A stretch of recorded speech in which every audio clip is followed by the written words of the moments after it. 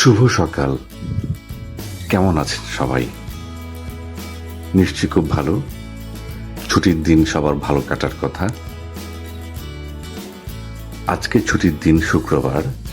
আমারও দিনটি নিশ্চয় ভালো কাটবে সেই আশা নিয়ে ভোরের স্নিগ্ধতায় বের হয়েছি।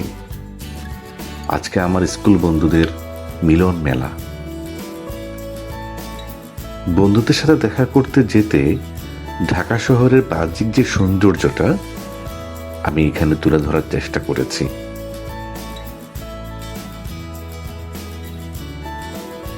প্রায় 1200 জন আজকে এই মিলন মেলায় অংশ নেবে। 1200 জন বন্ধুদের সাথে দেখা হবে। বন্ধুত্বের সংজ্ঞা আমার কাছে একটু ভিন্ন রকম। বন্ধুত্বের সংজ্ঞা আমার কাছে ভিন্ন ধরনের অনুভূতি। বন্ধুত্বের সংজ্ঞা আমার কাছে অনেক অনেক অনেক দায়িত্বের। বন্ধুত্বের সংজ্ঞা আমার কাছে পরম যত্নের, পরম আদরের, পরম নির্ভরতা, ভরসার। বন্ধুত্বের সংজ্ঞা কার কাছে কিরকম আমি জানি না। আমার কাছে যে অনুভূতি প্রকাশ করছি, কিংবা আমি যে আজকে যে প্রোগ্রামটায় যাচ্ছি, এই প্রোগ্রামটায় বন্ধুত্বের অনুভূতি প্রকাশেরই জায়গা। এত বন্ধু আসবে আজকে, আমি সত্যি সত্যি আবেগে আপ্লুত। সকালবেলা ছুটির দিনে ঢাকা শহরে জ্যাম কমই বলা চলে। আমিও সেই সৌভাগ্যবান, আজকে জ্যাম পাইনি। জ্যাম না পেয়েই আমি খিলক্ষেত পৌঁছে গেছি। খিলক্ষেত থেকে আমার গন্তব্য হচ্ছে স্বদেশ প্রপার্টিজ, 300 ফিট। ছুটির দিনেও কাঁচা বাজারে বেশ রমরমা ভিড়। কারণ ঢাকার প্রাত্যহিক জীবনে কর্মব্যস্ততায় মানুষ এই একটি দিনই সময় পায় বাজার করার জন্য। যাই হোক, আমি একটি অটোযোগে স্বদেশ প্রপার্টিজের উদ্দেশ্যে রওনা দিয়েছি খিলক্ষেতের ভিতর থেকে। স্বদেশ প্রপার্টিজে যাওয়ার সময় আমি কিছু ভিডিও নেওয়ার চেষ্টা করেছি চারদিকের। কারণ 300 ফিটের রাস্তার দুপাশের যে সৌন্দর্য, এটা ঢাকার ভিতরে আসলেই নান্দনিক। তবে খেয়াল রাখতে হবে, আমি যেভাবে ভিডিও করছি এটা খুবই রিস্কি। কারণ এই যে পাশে দিয়ে একজন ভদ্রলোক মোটরসাইকেল চালিয়ে গেলেন, এরকম অনেক মোটরসাইকেল পাশ দিয়ে চলে যাবে, যারা ছোবল দিয়ে আপনার মোবাইল কিংবা ডিভাইস ছিনতাই করে নিয়ে যেতে পারে। অবশ্যই খেয়াল রাখবেন, সতর্ক থাকবেন। 300 ফিট থেকে আমরা যখন হাইওয়ে ধরে যাচ্ছি, নান্দনিক সৌন্দর্য উপভোগ করতে করতে 10 মিনিটের মধ্যেই আমি স্বদেশ প্রপার্টিজের দ্বার প্রান্তে চলে আসি। এখানকার যে রাস্তার ভিউটা, এটাও কিন্তু খুবই সুন্দর। বাংলাদেশ সরকার এই রাস্তাটা খুবই সুন্দর করে বানিয়েছেন বাংলাদেশ আর্মি ইঞ্জিনিয়ারিং কোরকে দিয়ে। সত্যি দেখার মতো, সে সকাল হোক, দুপুর হোক কিংবা বিকেল অথবা রাত। স্বদেশ প্রপার্টিজে যাওয়ার সময় আমার এক বন্ধুর সাথে দেখা, আগে কখনো দেখিনি।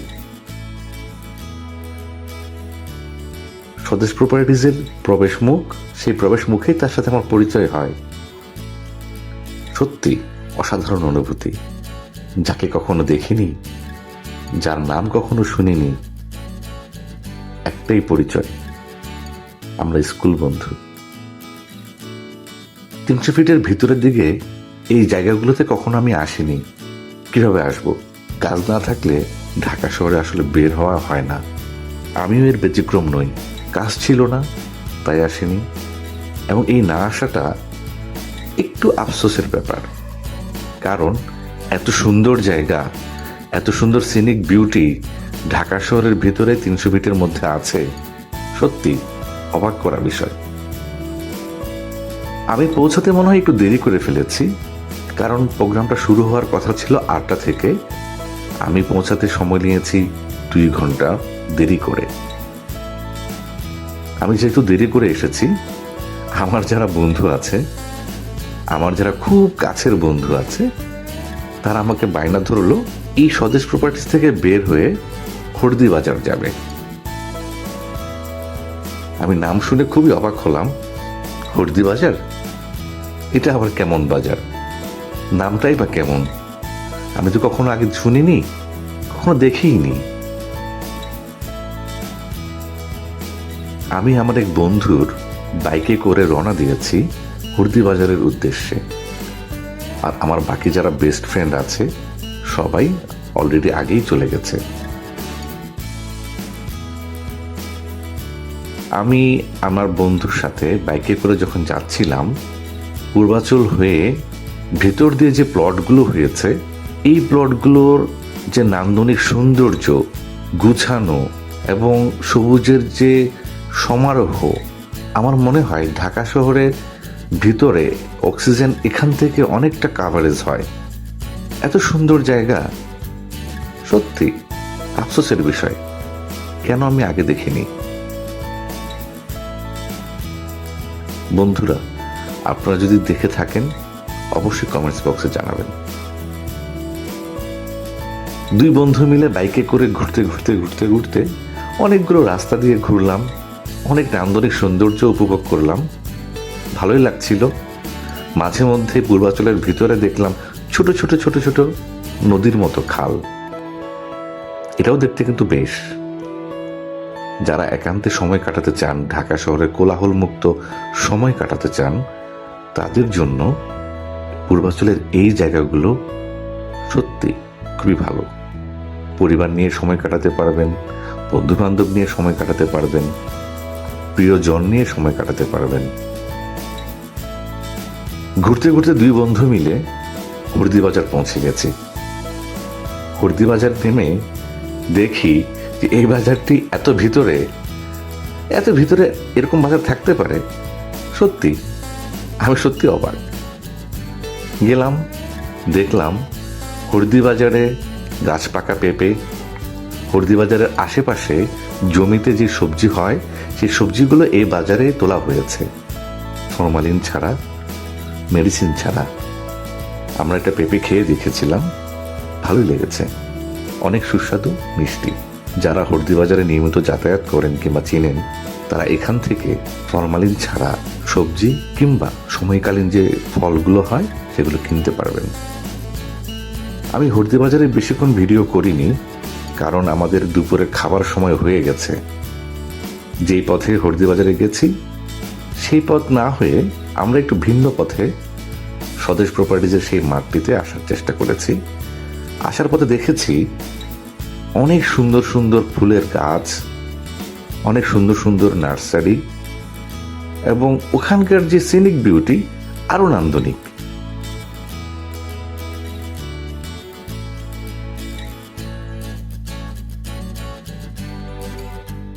এই রাস্তাটা দেখেছি সোজা পূর্বাচল ক্লাব হয়ে হাইওয়েতে মিশেছে। যারা বিকালবেলা ঘুরতে বেরোবেন, আমি তাদের বলবো এই পূর্বাচল ক্লাব হয়ে সোজা এই নার্সারিগুলো যেগুলো দেখিয়েছি, এই নার্সারিতে গিয়ে যারা ঘর সাজাতে চান, ঘরে সবুজায়ন করতে চান, এই নার্সারি থেকে আপনারা বিভিন্ন ফলের গাছ, ফুলের গাছ নিয়ে আসতে পারবেন। আমরা হরদি বাজার হয়ে পূর্বাচল ক্লাব হয়ে 300 ফিট হয়ে আবারও স্বদেশ প্রপার্টিজের সেই মাঠে চলে আসলাম। এসে দেখি খাবারের বিশাল আয়োজন। 1200 জনের আয়োজন কিন্তু চারটিখানি কথা নয়। আমাদের বন্ধুরা যে রাত দিন কষ্ট করে এই 1200 জনের আয়োজন করেছে, তাদের জন্য হেডস অফ। দুপুরে খাবার ছিল খিচুড়ি, মুরগির রেজালা এবং পানীয়।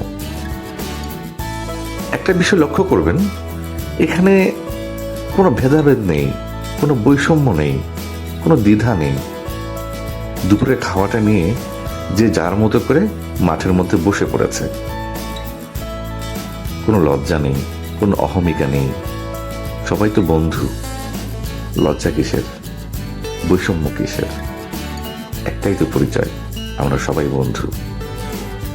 খাওয়াটা ভীষণ ভালো ছিল, আমরা খুব তৃপ্তি নিয়ে খেয়েছি।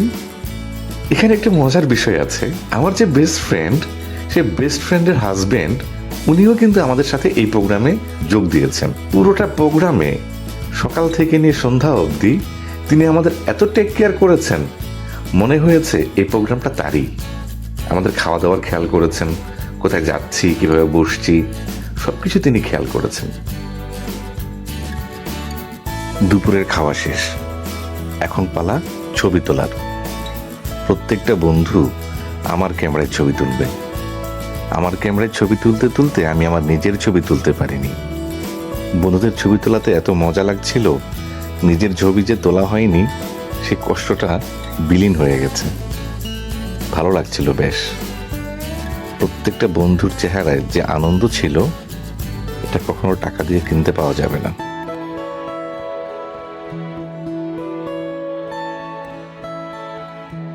খাওয়া দাওয়ার পর্ব শেষ, অনেকক্ষণ বন্ধুদের সাথে আড্ডা হলো, কথাবার্তা হলো।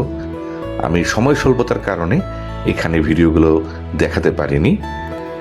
বিকেলবেলা একটি প্রীতি ফুটবল ম্যাচ ছিল, আর্জেন্টিনা বনাম ব্রাজিল। এই ফুটবল ম্যাচে যারা ফুটবল খেলেছে তারা সবাই আমাদের বন্ধু, আমাদের ক্লাসমেট। একটা ব্যাপার লক্ষ্য করার বিষয় আছে, ব্যাপারটি হলো যারা খুব ভালো খেলেছে তারা কেউ না কেউ জাতীয় দলের প্লেয়ার ছিল, কেউ না কেউ ক্লাব পর্যায়ের প্লেয়ার ছিল, কেউ না কেউ মাঠ পর্যায়ের প্লেয়ার ছিল। তারা এত ভালো খেলেছে দেখে মনে হয়নি যে তারা শুধুমাত্র শৌখিন খেলোয়াড়। সূর্য ডোবার আগ পর্যন্ত এই খেলাটা চলেছে এবং খেলাটা আমরা যত বন্ধু ছিলাম সবাই উপভোগ করেছি। খেলা শেষ হতে না হতেই মাগরিবের আজানের পরে বেশ কিছু ফটো সেশন ছিল। দুর্ভাগ্যবশত আমি আমার কোনো ছবি তুলতে পারিনি, কারণ সবার ছবি আমি তুলে দিয়েছি।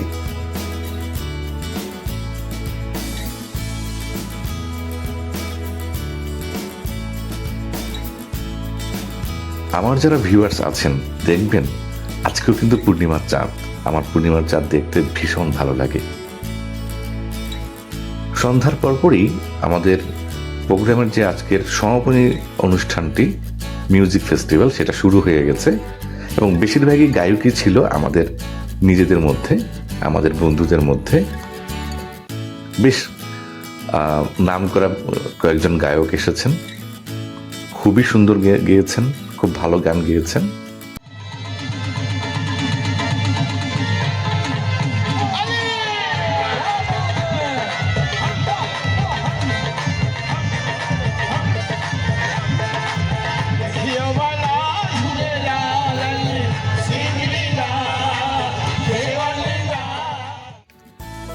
এবং এই গান চলতে চলতেই আমাদের রাতের খাবারের পর্ব শুরু হয়ে গেছে।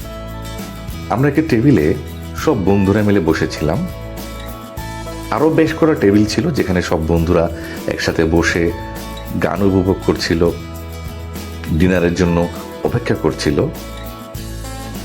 ডিনারের আগ পর্যন্ত আমরা বন্ধুরা খুনসুটিতে মেতে উঠেছিলাম। বন্ধুরা, প্রোগ্রাম প্রায় শেষের পথে। আমরা রাতের খাবারের জন্য লাইনে দাঁড়িয়েছি এবং এই খাবারটা খেয়েই কিন্তু আজকের প্রোগ্রামটা শেষ হবে। অনেক ঠান্ডা পড়েছে, যেহেতু এটা খোলা জায়গা এবং চারিদিকে সবুজ, ঠান্ডার পরিমাণটা একটু বেশি। আমি শীতের কাপড় না এনে ভুল করেছিলাম, আমার যথেষ্ট পরিমাণ ঠান্ডা লাগছিল। খাবার লাইনে দাঁড়াতে দাঁড়াতে এই ভিডিওটা শেষ করছি। সবাইকে একটা কথা বলি, যখনই মন খারাপ থাকবে, যখনই কোনো বিপদে পড়বেন, যখনই কোনো সুখবর শুনবেন, যখন কোনো ভালো কাজ করবেন, অবশ্যই বন্ধুদের সাথে শেয়ার করবেন। এমন কোনো বন্ধু নির্বাচন করবেন না যে বন্ধুর জন্য আপনাকে আজীবন কাঁদতে হয়। আজীবন যে বন্ধু কাঁদায় সেই বন্ধু আমাদেরও কাম্য নয়। জগতের সকল বন্ধুত্ব সুখময় হোক, শান্তিময় হোক, বন্ধুত্বের জয় হোক। ভালো থাকবেন, অবশ্যই থামস আপ এবং সাবস্ক্রাইব করবেন। ধন্যবাদ সবাইকে।